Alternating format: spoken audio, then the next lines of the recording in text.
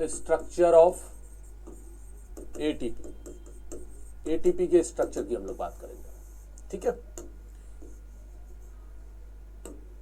ATP, अब देखो ध्यान से देखिएगा, इसके ना नाम में ही पता चल रहा है आपको, पूरा नाम क्या है इसका, एडिनोसाइन ट्राइफॉस्फेट। क्या है भाई इसके अंदर, एडिनोसाइन ट्राइफॉस्फेट है। ये एडिनोसाइन क्या है, ये एडेनिन। एडेनिन क्या होता है जी, जिन लोगों ने पढ़ रखा है उनको पता होगा, डीएनए पढ़ रखा होगा आप लोगों ने, नाइट्रोजनस बेसिस आपको पढ़ाए थे, वहां आपको बताया था एडेनिन क्या है। एडेनिन एक नाइट्रोजनस बेस है। ये क्या है, ये एक नाइट्रोजनस बेस है यहाँ पर तो नाइट्रोजनस बेस है, फॉस्फेट ग्रुप यहाँ पर प्रेजेंट है, और इसीलिए यहाँ पर एक शुगर भी मॉलिक्यूल भी पाई जाती है। तो एडेनिन तो इसके स्ट्रक्चर में दिख रहा है, यहाँ पर आपको फॉस्फेट दिख रहा है, वो भी कितने, 3।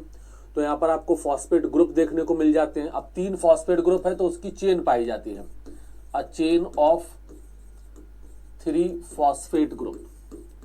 3 फॉस्फेट ग्रुप होते हैं, उनकी चेन होती है, वो एक दूसरे से जुड़े होते हैं। अब ये फॉस्फेट ग्रुप है और नाइट्रोजनस बेस है, ये दोनों की दोनों आपके, ये फॉस्फेट ग्रुप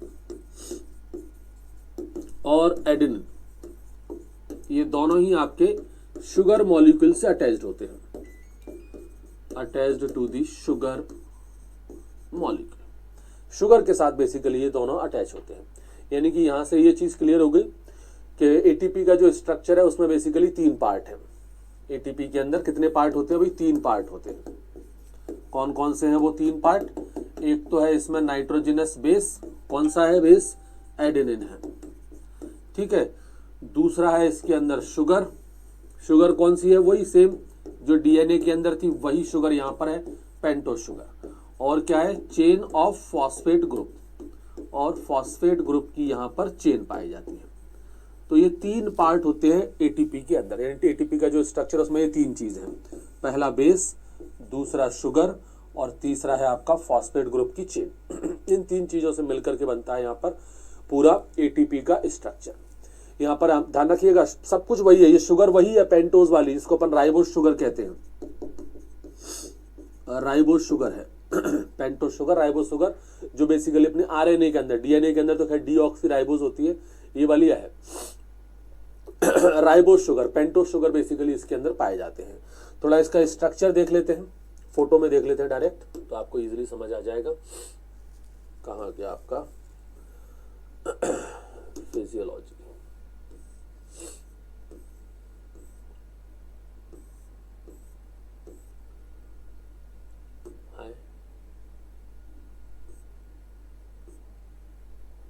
ये क्या हो गया,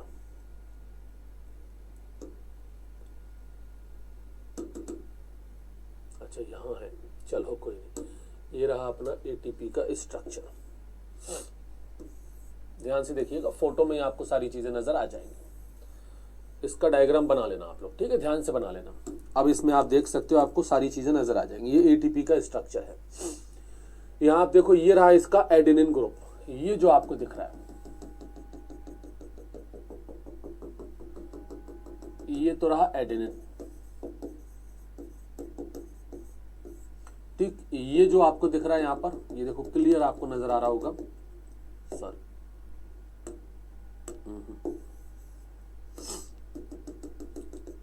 ये रही भाई आपकी शुगर। शुगर कौन सी शुगर है भाई, ये राइबोस शुगर है। और यहीं पर आप देखोगे आपको 3 फॉस्फेट ग्रुप यहाँ पर नजर आ जाएंगे। एक फॉस्फेट ग्रुप ये रहा, दूसरा फॉस्फेट ग्रुप ये रहा, और तीसरा फॉस्फेट ग्रुप ये रहा। एक फॉस्फेट ग्रुप पहला, यहां से शुरू करेंगे दूसरा, और यहां से शुरू करेंगे तीसरा। वो पहला होगा, ये दूसरा होगा, ये तीसरा होगा, ठीक है। पहले को बोलेंगे अल्फा, दूसरे को बोलेंगे बीटा, और तीसरे को बोलेंगे गामा।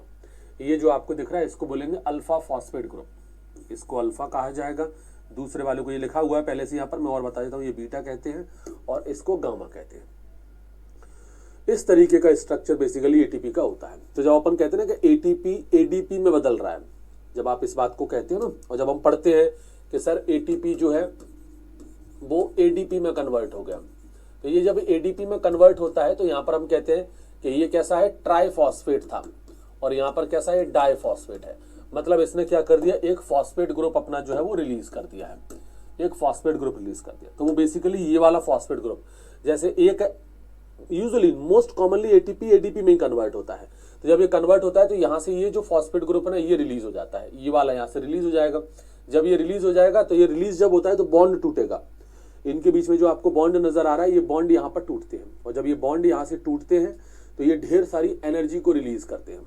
बेसिकली जब एटीपी बनता है ना तो एटीपी बनाने में यहाँ पर फॉस्फेट ग्रुप को जब जोड़ा जाता है तो उसमें हाई एनर्जी बॉन्ड होते हैं। वो हाई एनर्जी मतलब इन बॉन्ड्स के अंदर काफी सारी एनर्जी प्रेजेंट होती है, और जब इनको तोड़ा जाता है तो इसमें से ढेर सारी एनर्जी जो है वो बाहर निकलती है, ढेर सारी एनर्जी इसमें से बाहर निकलेगी।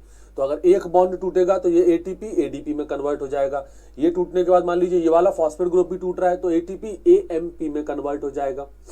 तो एटीपी एडीपी में भी कन्वर्ट होता है और कई जगहों पर एटीपी एएमपी के अंदर भी कन्वर्ट रहता है।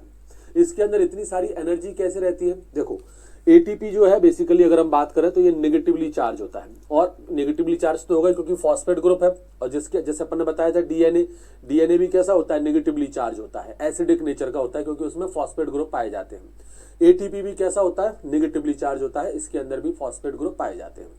अब ये जो एटीपी है यहाँ पर अगर आप फॉस्फेट ग्रुप में ध्यान से देखोगे तो इसके अंदर ऑक्सीजन मॉलिक्यूल पाए जाते हैं। ये देखो यहाँ पर जितने भी बॉन्ड बने हुए हैं वो सब ऑक्सीजन मॉलिक्यूल की मदद से जुड़े हुए हैं।